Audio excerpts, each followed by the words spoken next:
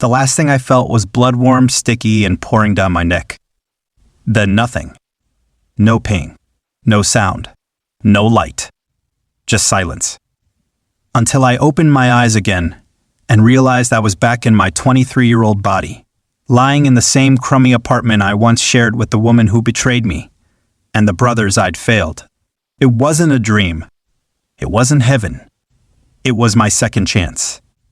In my first life, I trusted the wrong people, loved blindly, and let the streets devour my family. My girlfriend? Slept with my enemy the night I got locked up. My younger brother? Took a bullet meant for me while I was chasing money and pride. And my older brother? He disappeared into the bottle after our mother died, thinking I'd keep us together. I didn't. I let it all burn until that one final night. That night when I bled out in an alley, betrayed by the same crew I once called family. But now I had a new beginning and I wasn't wasting it. The first thing I did? I looked that lying woman in the eyes and dumped her. Then I called my brothers. Wake up, I told them. We're not dying this time. We're living right. They thought I'd lost my mind. Maybe I had. But I wasn't about to watch my world fall apart again. Not this time. This time, I was rewriting everything. Even if it meant breaking every rule. People used to say I was born with fire in my blood. Maybe they were right. My name's Zion. 23 years old again. In my first life, I was the middle brother between Ryan, the oldest, and Ariz, the youngest. We grew up in a broken home, raised more by the street than by our parents. After our mother passed, everything cracked. Dad was long gone before that left us with nothing but his last name and a legacy of debts. I stepped up, or at least I thought I did. But somewhere along the way, that fire in me started burning everything down. I got into the kind of life you don't talk about unless you're behind bars or 6 feet deep. Drug runs, debt collection, favors for dangerous men with cold smiles. It was fast, dark, and intoxicating. The money came easy, and the respect felt real until the day it didn't. And in the middle of it, all was Huda. Huda was my girlfriend for almost 4 years. To the world, we looked like the perfect ride-or-die couple. She had that quiet beauty eyes that could convince you she'd never hurt a fly. She was there for my lowest nights, my loudest fights, my wildest dreams. Or so I thought. But love, I learned, can be the sharpest lie. Huda loved the version of me that was cold, feared, and ruthless. The version that pulled up in blacked-out cars and made cash rain on her birthday. But when things went wrong, when I got locked up for something I didn't do, she vanished. And worse, she moved on to someone I considered a brother. She broke me. But back then, I didn't see it. I blamed everyone but her. Then there were my brothers. Ryan, the eldesti, was our rock once. A construction worker with calloused hands and a temper that scared the sky. But when Mama died, he broke. I should have seen it. Should have stopped him from spiraling into alcohol and depression. But I was too busy being a street king. Ariz, our baby brother, was only 16 when he died in my arms. Shot during a raid that was meant for me. That moment haunted me until the day I died. Now I'm here again. Same body, same city, same people. But this time, I know the truth. This time, I know who's loyal and who's just pretending. I don't know why I was brought back. Maybe to fix it. Maybe to make it right. But one thing's for sure, this version of me, he's not here to play nice. It started with déjà vu. That same Monday morning. That same knock at the door. That same perfume lingering in the hallway before she even walked in. Huda. She strolled in like nothing had changed. Like she hadn't already betrayed me in the timeline I left behind. "Good morning, baby," she said, planting a kiss on my cheek. Her voice was sugar, but I could taste the poison underneath. In this life, she didn't know what she'd done. Not yet. But I did. I played along. I watched her closely. Every glance at her phone. Every fake smile. Every half-truth she slid between soft words. I remembered how it all went last time, how she started working late, how she claimed her cousin needed help with rent, how she swore up and down she was loyal. Until the night I got arrested for a deal that wasn't mine and she never showed up to visit. I wanted to confront her then and there. Just throw the truth in her face. But I didn't. Not yet. Instead, I followed her the next day. She said she had an early shift at the boutique, but her car was parked outside a fancy apartment building 20 minutes across town. I waited. And then I saw him. Same guy. Same smug face. Same betrayal. Kasim. Once my right-hand man. A brother in every way but blood. The man I trusted with my secrets, my crew, and my life. He walked out with her like nothing was wrong, laughing, holding her hand, looking up at the sky like he hadn't stabbed me in the back once already. My heart didn't break. It burned. And yet, something inside me stayed calm. This wasn't new. This was just the moment I'd been waiting for. I didn't confront them. Not yet. I needed to see how far it went. I needed to make sure that this time, they wouldn't just walk away. Later that night, back at the apartment, Huda smiled as she cooked dinner like she hadn't just spent her afternoon with my traitor. "Did you miss me?" she asked. I looked at her, really looked at her, and I said, "More than you'll ever know." The knife she held paused in midair, just for a second, like she could sense something was off. But she didn't say a word, and neither did I, because this wasn't about catching her. It was about watching it all unravel. The betrayal had already begun. And this time, I was going to make sure I saw every piece fall before I lit the fire. I couldn't sleep that night. Not because I didn't want to, but because every time I closed my eyes, I saw her laughing at something he said, his hand brushing her lower back like it belonged there. The worst part? It was all happening again, just like before. The universe had handed me a second shot, and yet somehow, I was still watching the same play from a different seat. Was it fate? Was it punishment? Or was it just that I hadn't changed anything yet? I stared at the ceiling until the paint started to crack under my gaze. My phone buzzed beside me. A message from Huda. "Still at work. Late night. I love you." I almost laughed. Instead, I texted back, "Be safe." What else was I supposed to say? "I know you're lying. I know you're with Kasim right now. The same guy who'll help set me up in a few months." No, not yet. I needed to be smart this time. Strategic. Controlled. But inside, I was crumbling. A part of me still wanted to believe she was innocent. That maybe in this version of reality, she hadn't made the same choices. That maybe, just maybe, something had changed. But I knew better. I saw the signs in her silence. The way her phone never left her hand now. The way she avoided eye contact when she came home. She even started calling me babe more often, like she was trying to cover something with sugar. And Kasim? He was already sliding back into my world, pretending everything was cool. Showing up at my place, laughing like old times, asking about new deals and side hustles. "Yo, you still running that old pipeline through Nasir Town?" he asked me one afternoon, feet on my coffee table like nothing had happened. I stared at him, every muscle in my jaw clenched. "Not anymore," I said flatly. He grinned. "Smart. Cops are all over that route now." I nodded. "Yeah, wouldn't wanna get set up or anything." He paused, just for a second, then laughed like it was a joke. But I saw the flicker in his eyes, like he was trying to guess how much I knew. I wanted to punch him then and there, to scream at him, to drag the truth out and bury it with my fists. But I didn't, because something deeper had started to eat at me. What if it wasn't just them? What if other people in my circle knew?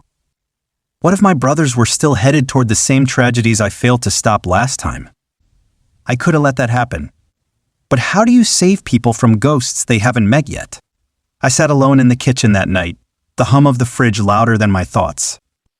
Ariz was still a kid full of energy, dreams, and dumb jokes. He kept asking to go to the underground boxing gym with me like last time. No, I told him. Why not? You used to take me all the time. I'm not the same guy I used to be. He raised an eyebrow. Zay, are you okay? You've been off lately. Yeah, I was off. I died and come back with memories I couldn't even explain. I looked him in the eyes. Promise me something, okay? If I tell you not to trust anyone you listen. No questions. Got it? His smile faded. Yeah, I got you. But would he really? Would he believe me when it mattered? That was the weight I carried now. Not just Huda's betrayal or Kasim's lies, but the fear that maybe I couldn't change fate after all. That maybe no matter what I did, this was still going to end in blood. I thought I was in control. I thought I was ahead this time, watching from the shadows, calculating my next move like a man playing chess with fate. But fate had other plans. It was a rainy Thursday when I decided to follow Kasim again. Not out of paranoia, but instinct. Something in my gut told me this wasn't just about Huda, that there was more, something I hadn't seen coming. He left his apartment late that night, hoodie up, walking fast, no music in his ears like usual. Just head down, focused. I followed from a distance, keeping my steps light, my hood low. He cut through alleys I knew by heart, crossed into the industrial zone behind Shopper Mills, and then he disappeared behind an old warehouse that should have been abandoned. But the lights were on. I crept closer, heart pounding harder with each step. Through a broken window, I saw them. Not just Kasim, but 4 others, including a man I never thought I'd see again. Samir Jat, the same man who pulled the trigger that ended my life in the first timeline. He was alive, here, now, and laughing like a devil. I ducked lower, straining to listen. But Zion's still clueless, Kasim was saying. He thinks I'm dumb enough to make the same mistake twice. Samir smirked. Let him think about it. He's walking right into it again. You know the deal, take his spots, cut him out, and when the time comes, finish what we started. I froze. It wasn't just about Huda or betrayal. It was a setup again. But this time, they were playing a longer game. They were planning it all over again, with precision, with patience. Samir leaned in, voice like gravel. And this time, make it look like an accident. A robbery gone wrong. No mistakes. If he lives again, I'll start to think the bastard's immortal. They all laughed. I didn't move. Couldn't breathe. Because that's when I saw the final blow, the thing that twisted the knife straight into my chest. On the table, in the middle of their little gathering, was a photo. Me. Ariz. Rayan. At the rooftop barbecue we hadn't even had yet in this life. They were already watching us. Already planning something far beyond just betrayal. This wasn't just personal anymore. It was a war. And I wasn't ready. Not for this. Because now I knew something worse than betrayal. They were ahead of me again. And if I didn't move fast, this second chance wouldn't save any of us. I didn't plan the confrontation. I just snapped. Maybe it was the picture on that warehouse table. Or the way they laughed like they had already buried me. Or maybe it was Huda. That night, she came home late again. Hair messy. Lips red. The phone tucked too quickly into her bag. She didn't even look at me when she walked past, just mumbled, "Sorry, babe. Busy day." I followed her into the kitchen.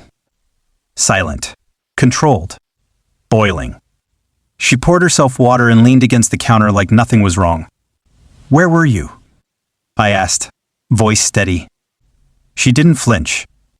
"At the boutique. Zara's mom got sick, so I had to cover her shift." I stepped closer. "You sure?" Now, she looked up. "Zayan, what's going on?" I stared at her for a long second, then placed my phone on the table. Hit play. Her voice came out first. "I love you." Kasim's voice next. "Stop saying that. You're gonna get us both killed." Silence. Then laughter. "He's too blind to see it. Let him stay blind." She went pale. Her mouth opened, but no words came. I walked toward her slowly. You lied to me. Again. After everything. Zayan, wait, I can explain. Explain what? That you and my best friend had been plotting behind my back? That you're helping him bring back the same man who killed me? Her knees gave a little, but she held herself upright. You don't understand, Kasim, he said you were dangerous. That you'd changed. That you weren't I died, Huda. You know what that feels like? Waking up in your old body and watching everyone betray you all over again? Her eyes widened. What are you talking about? I took a deep breath. My voice cracked. I remember everything. The last time. The lies, the setup, Ari's dying in my arms. You walked away like I never mattered. Tears welled up in her eyes. I didn't know, Zayan. I swear, I didn't know it would go that far. Kasim said you'd hurt people, that you needed to be taken down.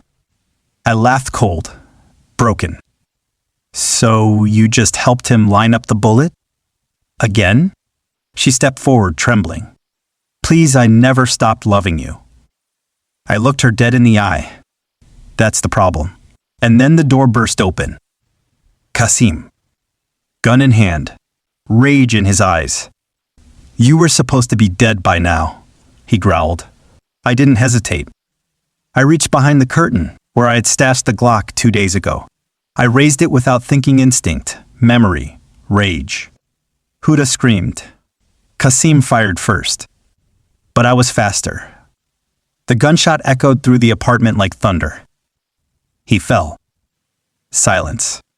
Huda dropped to the floor, sobbing.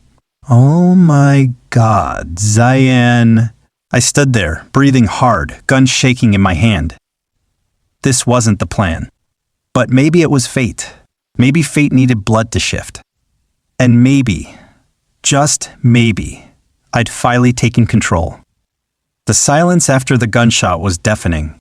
Kasim lay motionless on the floor, and Huda's sobs filled the room, breaking the tension like glass shattering. I dropped the gun, feeling its cold weight in my palm disappear. For a moment I wasn't sure if I was alive or dead. Like I'd been caught between two worlds again. Aris's words echoed in my mind. If I tell you not to trust someone, you listen. I hadn't listened to myself. I had trusted them. And it had almost cost me everything. The cops came hours later, sirens blaring through the night. Huda was taken away in handcuffs, still crying, still pleading, still broken. I sat alone on the cracked leather couch, the weight of what happened crushing me. Had I just saved myself, or had I doomed us all? The truth was I wasn't sure anymore. The second chance I'd been given was supposed to fix everything. To protect my brothers, my family, my life. But betrayal cuts deeper the second time around. And the ghosts? They never really disappear. Later, Ari showed up at the precinct, his eyes wide with fear and confusion. Dad, what's happening? I knelt down, putting my hands on his shoulders. This is the fight we never wanted, kid. But it's one we have to win. He nodded slowly, the weight of my words settling like a shadow. I'm going to make sure we survive this time. All of us. But inside, I knew it wasn't over. Samir was still out there. The war had only just begun. As I looked out the window, the city lights flickered like distant stars, cold and indifferent. I whispered to myself, I'm not the same man I used to be. And this time, I'm not running. Because sometimes, the people we love the most are the ones who betray us deepest. And sometimes, survival means becoming something darker than the past. The one thing was clear, this was only the beginning.